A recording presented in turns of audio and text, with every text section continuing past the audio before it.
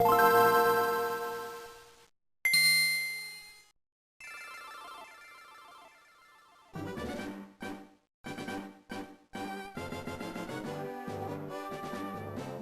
that's what starting this game up is usually like when you're playing on an actual Game Boy Advance. Hey guys, welcome back to Pokemon FireRed and LeafGreen. Last time, we became the Pokemon League champion after defeating Neil for the 8th time. This time, we're starting up this game again and seeing everything the postgame has to offer for now. Which is quite a lot, let me tell ya. Starting back up, this is a feature that shows you the last 4 things you did on your quest. I missed that text. Took on Elite Four Agatha's Gengar with Charizard and one-handedly. This is just a thing that reminds you what you did in case you haven't played in a while, and you can also skip them by pressing the A button. And Tim says, game this location, Pallet Town. When you beat the Pokemon League, you will automatically restart the game in Pallet Town. Ah, Tim, you're back, are you? How much have you filled in your Pokedex? May I see it? Let's see.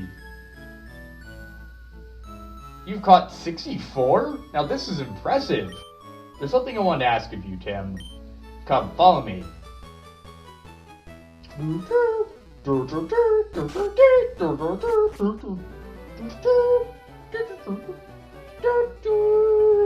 Recently, there have been sightings of many rare Pokemon species.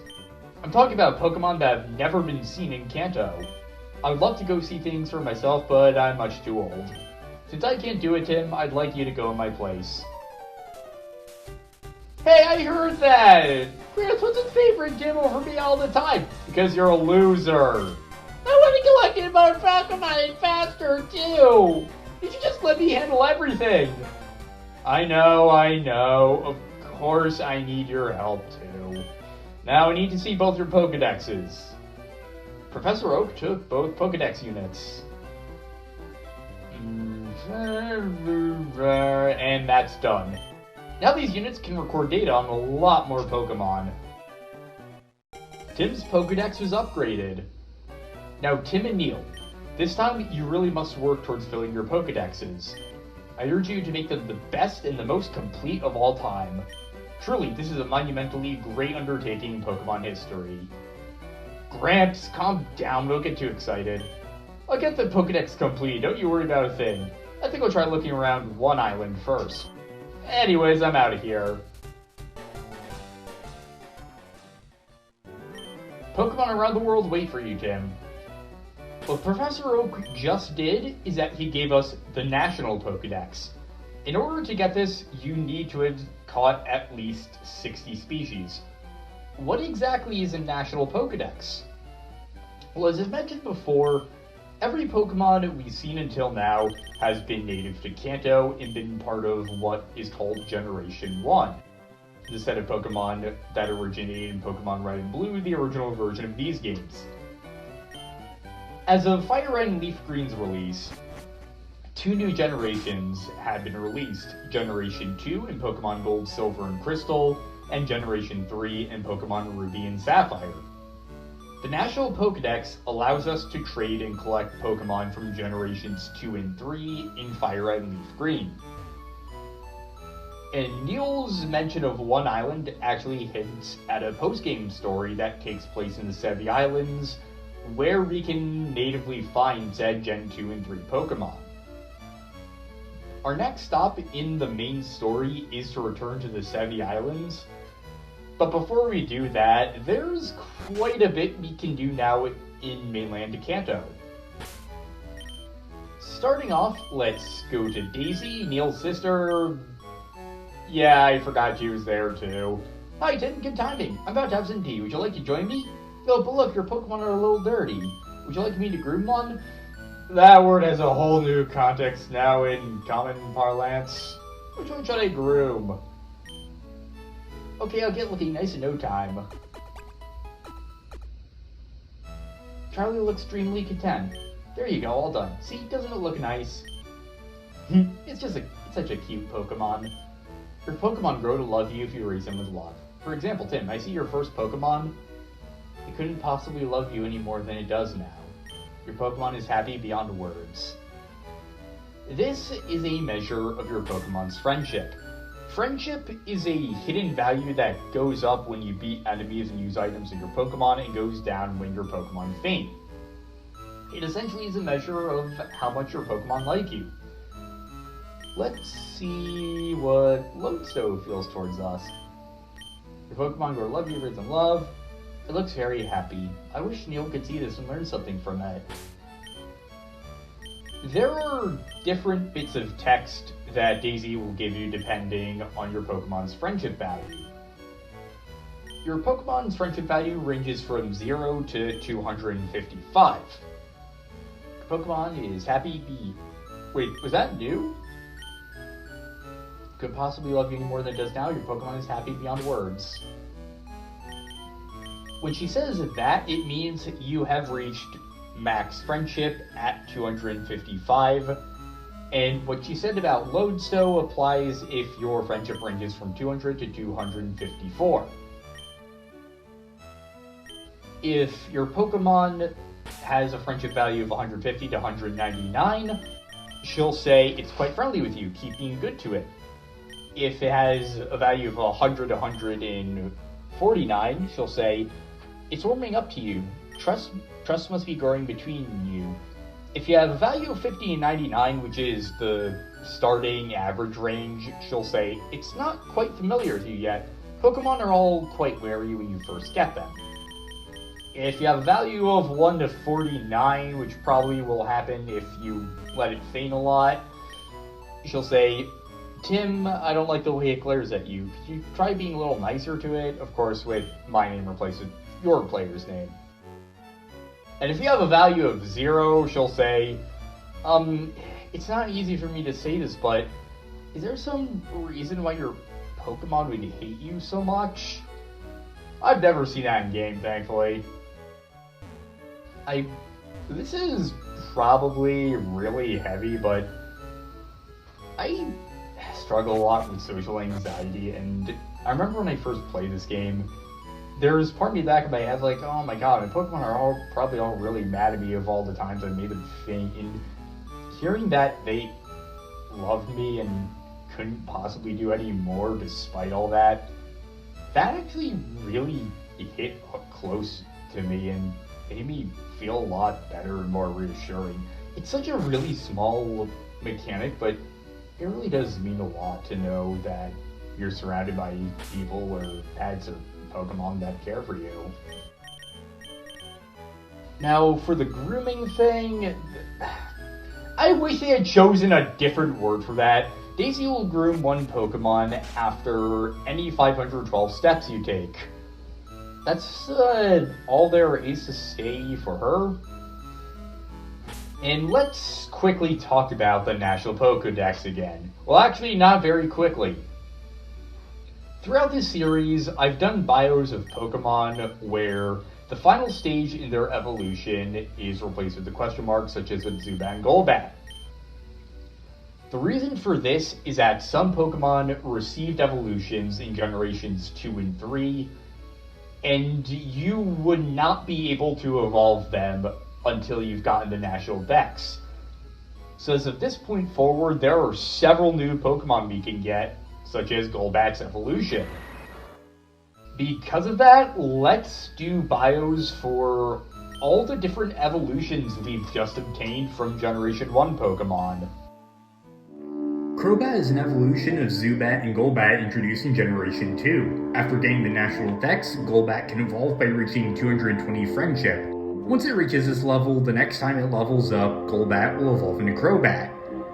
I don't think any of you guys watching this would actually reach this point, but if somehow you manage to get your Golbat to level 100 without evolving it, I'm sorry to say, but you will not be able to get it to evolve.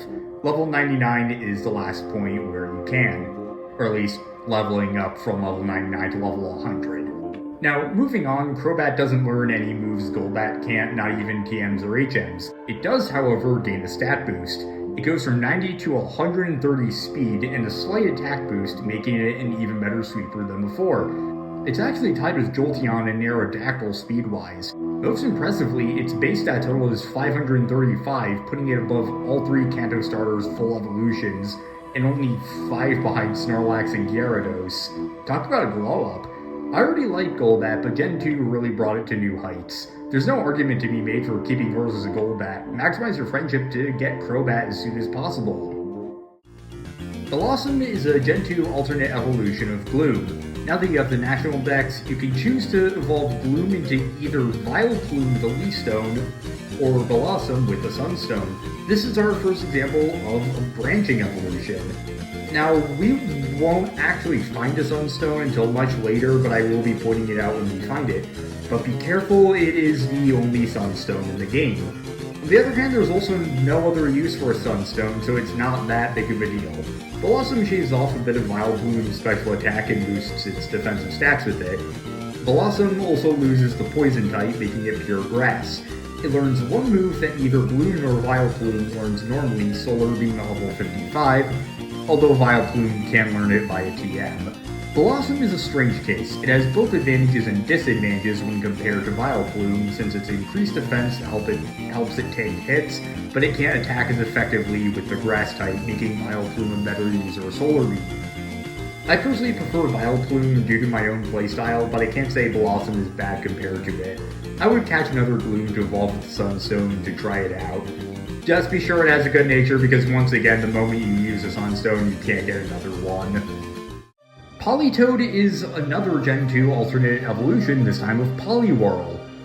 But to evolve it, you have to trade it, while it's holding an item called the King's Rock that only becomes available in the postgame. In other words, it's very unlikely you'll get a chance to use it. Politoed learns exclusive moves at level 35 and 51 like Poliwrath, getting Perish Song and Swagger. Yeah, this adorable frog will kill itself and curse you to die alongside it. Anyway, Politoed has better special stats when compared to Poliwrath, which has better physical stats. Again, I can't really say if it's objectively better or worse than Poliwrath in most games after Gen 3, because it is an attacker, just a different form of attacker. But I will say I think it gets an edge over Poliwrath and FireRed LeafGreen, since having better special attack needs more stab damage from water moves. If you can trade it, I would go for Politoed. Espeon is a new evolution. It's a Psychic-type evolution of Eevee. Like with all other evolutions, it has a base stat value of 525. Espeon specializes in special attack, this being its 130 value stat. Its 110 value stat is speed, while its 95 value stat is special defense. Its HP and physical stats are the lowest. Like with the other evolutions, it begins learning moves at level 16, so you want to evolve it as soon as possible. It gets Confusion, Quick Attack, Swift, Psybeam, Psych Up, Psychic, and finally Morning Sun at level 52. A move that restores a different amount of HP depending on the weather.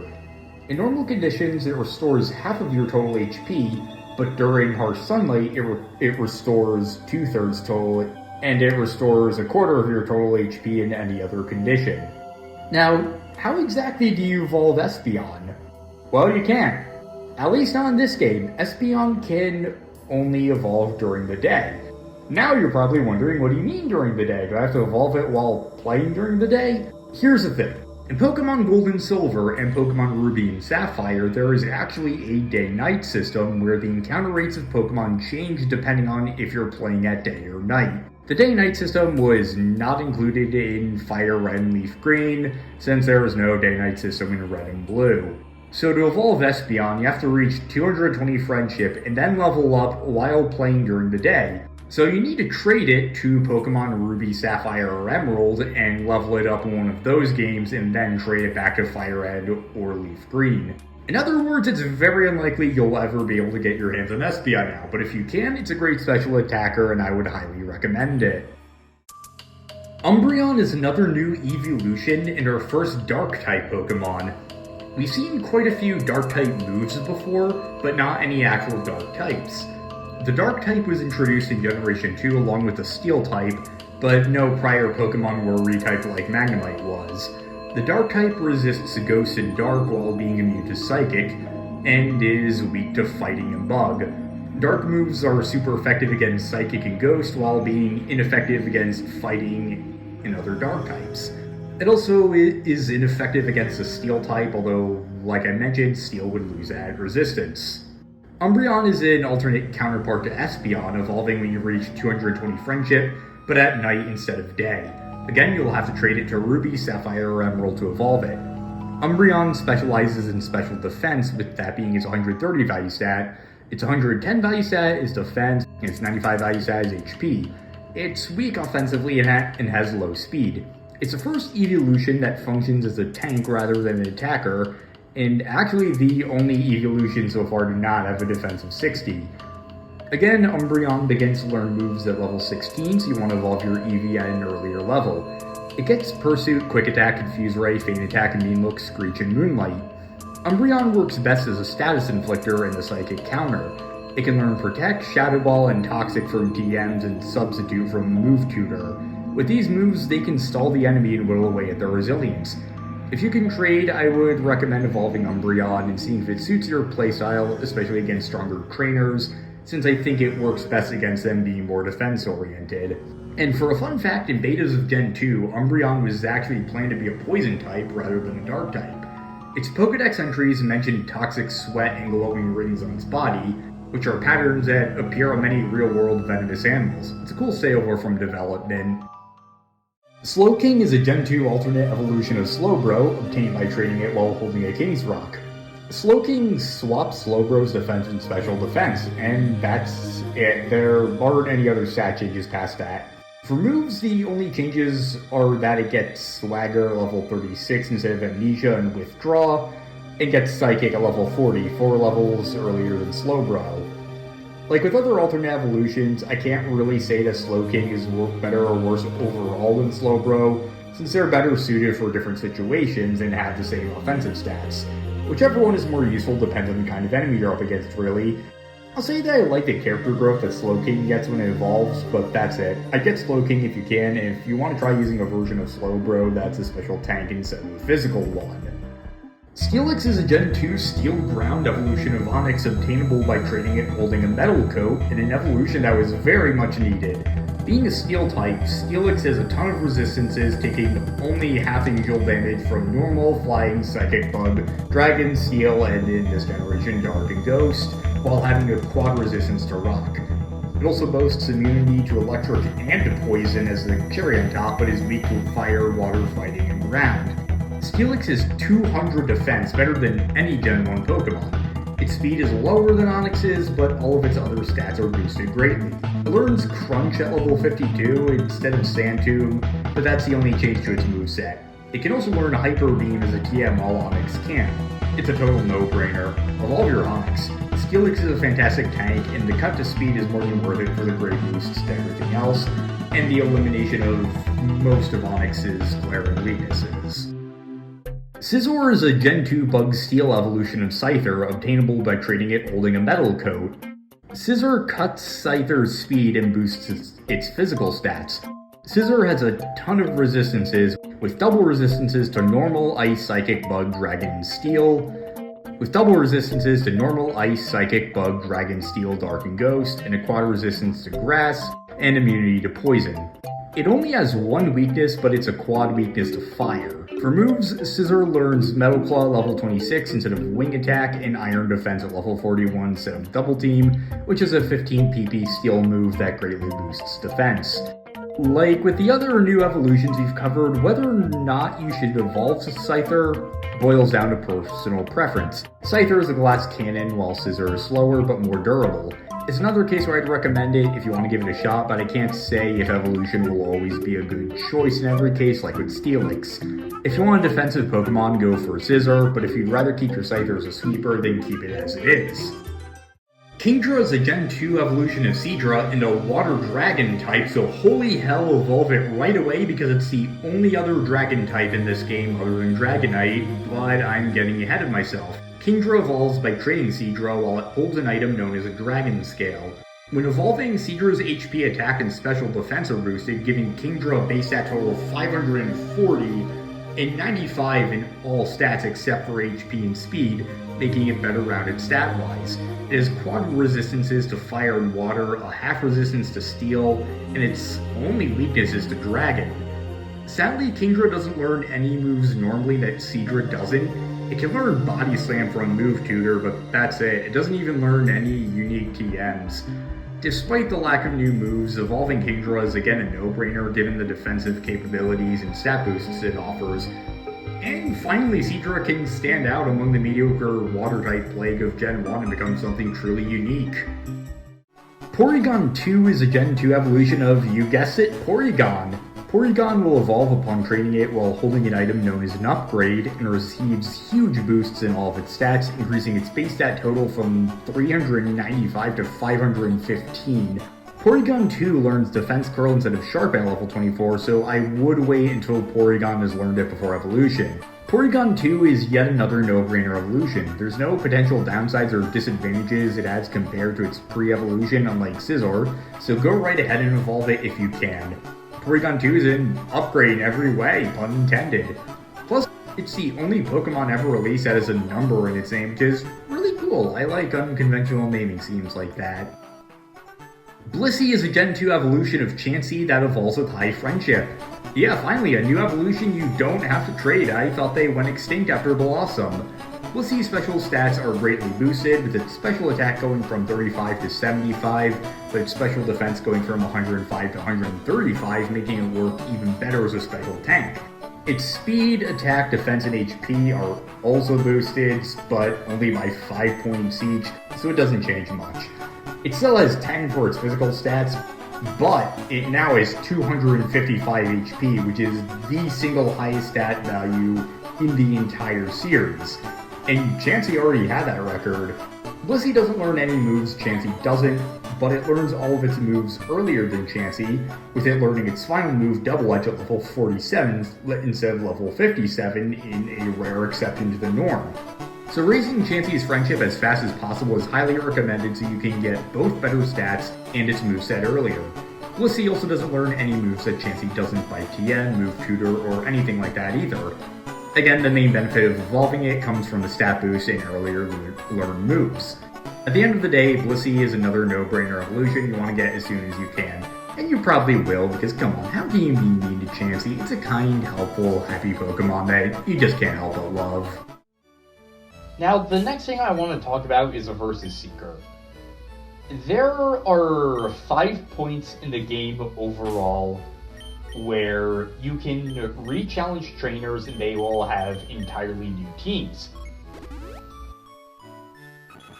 We have reached 4 such landmarks. The first one is immediately after you defeat a trainer for the first time. If you use a Versus Seeker on them immediately after, then they'll have a new team with higher levels. The second landmark is reaching Celadon City, the third is reaching Fuchsia City, and the fourth is beating the Pokemon League. We haven't gotten to the fifth yet, but I'll be pointing it out when we get there. However, these trainers are all across Kanto in many different areas. But I want to document each and every trainer you can challenge for a rematch and say exactly what their teams will be. So, this is going to take quite a while. But let's get started. It's some free experience and a way to start our new adventure. For trainers who get new teams as soon as you challenge them again, on Route 3 you can re-challenge Janice, who will have 2 level 20 Pidgeotos this time, Colton, who will have all level 19 Pokemon with 2 Metapods and a Weedle, and Ben, who will have a level 17 Rattata and Ekans. On Route 6, Ricky will have a level 22 Squirtle, Isabelle will have 2 level 21 Pidgeotos and a level 18 Pidgey, and Jeff will have level 21 Spearow and Raticate. On Route 10, Mark will have a level 33 Rhyhorn and Lickitung. On Route 18, Jacob will have all level 28 Pokemon with 2 Fearows and 2 Spearows. On Route 24, Timmy will have a level 19 Raticate, Ekans, and Zubat. Bradley will have a level 20 Pidgey and Nidoran Female. And on Route 25, Kelsey will have a level 21 Nidoran Male and Female. And Chad will have level 20 Ekans and Sandshrew. For rematches that you unlock once you reach Celadon City, on Route 8, Megan will have a level 22 Pidgeotto, Raticate, and Pikachu, a level 21 Meowth, and a level 23 Pikachu. On Route 9, Alicia will have a level 25 Meowth, and Chris will have a level 24 Growlithe and Charmander. On Route 11, Yasu will have all level 22 Pokemon with a Rattata and 2 Raticate. And on Route 25, Franklin will have a level 25 Machoke and Graveler. Now for next wave of rematches, some of the trainers I'm about to mention are going to be trainers we just fought. If you've passed 2 landmarks where a trainer will have new teams, you'll have to beat their first team before their second. For instance, our first example of these are Janice, Colton, and Ben on Route 3 again. However, even though we are technically past Fuchsia City, we will have to beat the teams they unlock when you immediately rematch them. And then, once we use a Versus Seeker on them after beating them the second time, only then will they have the teams they would unlock after you reach Fuchsia City. Those teams in question, for Janice, are 2 level 28 Pidgeotto. For Colton, all level 27 Pokemon with 2 Butterfrees and a Kakuna. And for Ben, a level 28 Raticate and a level 27 Ekans. For Route 6, Ricky will have a level 30 Wartortle. Isabelle will have 2 level 29 Pidgeottos and a level 26 Pidgeotto. And Jeff will have a level 29 Fearow and Raticate. On Route 8, Rich will have a level 30 Growlithe and Vulpix. Glenn will have 3 level 28 Mucks. Ellie and Ann will have a level 28 Clefairy and Jigglypuff. Jaren will have a level 28 Muck and a level 30 Muck. On Route 9, Alicia will have a level 30 Persian. Jeremy will have a level 30 Machoke and a level 28 Onix. And Chris will have a level 29 Growlithe and Charmeleon. On Route 10, Trent will have a level 31 Onix and Graveler. And Herman will have a level 29 Marowak and Slowbro. On Route 11, Bernie will have 3 level 28 Magneton, and Darian will have level 29 Growlithe and Vulpix. On Route 12, Elliot will have all level 28 Pokemon with a Poliwhirl, Cloyster, Seaking, and Seadra. Gia and Jess will have a level 30 Nidorino and Nidorina, and Luca will have 2 level 33 Electrodes. On Route 13, Susie will have all level 27 Pokemon with a Pidgeotto, Raticate, Pikachu, and 2 Meowth. And Robert will have all level 28 Pokemon with 2 Pidgeottos and 2 Fearows. On Route 14, Marlin will have all level 30 Pokemon with 2 Fearows and a Doduo. And Benny will have 2 level 32 Fearows. On Route 15, Chester will have 2 level 30 Dodrios and a level 30 Doduo. Becky will have a level 32 Pikachu and Raichu. And Ron and Mia will have a level 33 Hitmonchan and Hitmonlee, both holding black belts, which boost fighting type moves. On Route 24, Timmy will have a level 27 Raticate, Ekans, and Golbat, and Relly will have a level 28 Pidgeotto and Nidorina. On Route 25, Kelsey will have a level 29 Nidorino and Nidorina, and Chad will have a level 28 Arbok and Sandshrew. And now for the battles you unlock after you beat the champion. On Route 3, Ben will have a level 48 Raticate and Arbok. On Route 6, Isabelle will have 2 level 47 Pidgeottos and a level 50 Pidgeot. On Route 8, Megan will have a level 46 Pidgeot, level 47 Raticate, Nidorino, Persian, and a level 48 Raichu. On Route 11, Yasu will have 3 level 47 Raticates. On Route 13, Susie will have a level 47 Pidgeotto, 2 Persians, Raticate, and Pikachu. Sheila will have a level 49 Clefairy and Persian. And Robert will have all level 47 Pokemon with 2 Pidgeots and 2 Fearows. On Route 14, Marlin will have all level 48 Pokemon with 2 Fearows and a Dodrio. Benny will have 2 level 49 Fearows. And Lucas will have all level 47 Pokemon with 2 Coughings, a Weezing, and a Muk. On Route 15, Grace will have level 49 Pidgeot and Wigglytuff. Chester will have 3 level 48 Dodrios. Becky will have a level 49 Pikachu and Raichu. And Ron and Mia will have a level 51 Hitmonchan and Hitmonlee, both with Black Belt still. On Route 16, Ruben will have 3 level 48 Weezings, and Cameron will have a level 49 Primeape and Machoke. On Route 17, Isaiah will have a level 49 Machoke and Machamp. Corey will have a level 49 Primeape and Machamp. Jackson will also have a level 49 Weezing and Mach.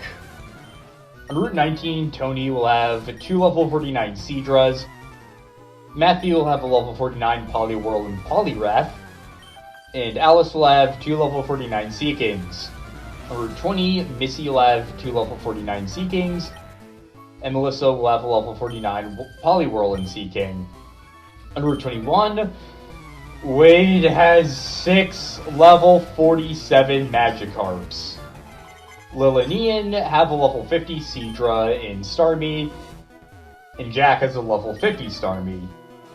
And finally, on Route 25, Kelsey has a level 49 Nidorino and Nidorina, and Chad has a level 48 Arbok and Sandslash. Those are all the trainers we can rematch. This is what our party is looking like. Before we leave for the Sevi Islands, I want to go over all recurring items we can get in Kanto. Our first stop is in the first basement floor of Mount Moon, and yep, that's classic Mount Moon for ya. I'll use one of our last 2 super repels for here. And now let's use the item finder and see what we can get. In the first basement floor, down here there is a 30% chance of 3 tiny mushrooms spawning, and a 10% chance of 3 tiny mushrooms and 3 big mushrooms spawning. This is probably the easiest way to farm tiny mushrooms and big mushrooms in the game aside from catching wild Paris. With nothing else to do here, why not we finally show off escape ropes? Can use the escape rope. You just spin around fast and then you're gone. Our next set of recurring items are in the underground paths that only serve to detour us from getting to Saffron City, and basically just serve as a roadblock. The rates for the underground paths are the same for the one from Route 5 to 6 and Route 7 to 8. Oop. Looks like we got some. There's a 30% chance of a potion and 1 kind of every heal, and a 10% chance of an ether spawning in. Burn heal. Looks like we're in the uncommon group. I believe the ether is added to the other items in the uncommon group, because I think it would be really dumb if the rare spawn was just an ether, but I could be mistaken on that. Ice heal. Potion. Alright. Should be 3 more items here. Awakening. Paralyze heal. Antidote. Those are all the items we can get in the underground path, so the last ones are on routes 20 and 21. I know one of the items is on this island in Route 20, I believe. I remember I tried to find it last time we were here, but it hadn't spawned in. Check this island. Nope, no response. Alright, let's try the other ones. Nope, no response.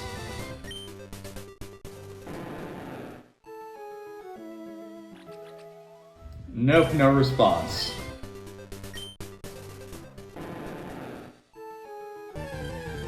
Well, we're almost back to the Seafoam Islands and still no sign, and I know they don't spawn on the Seafoam Islands, so let's just head back to Cinnabar. Alright, Route 21. Island 1? No. Well, today wasn't our lucky day for Routes 2021, but at least we got stuff in the underground path.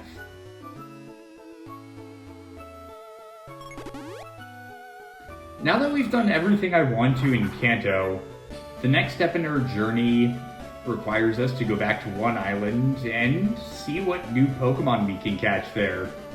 Next time in Pokemon FireRed LeafGreen, we return to one island and get started on the National Pokédex. See you guys next time.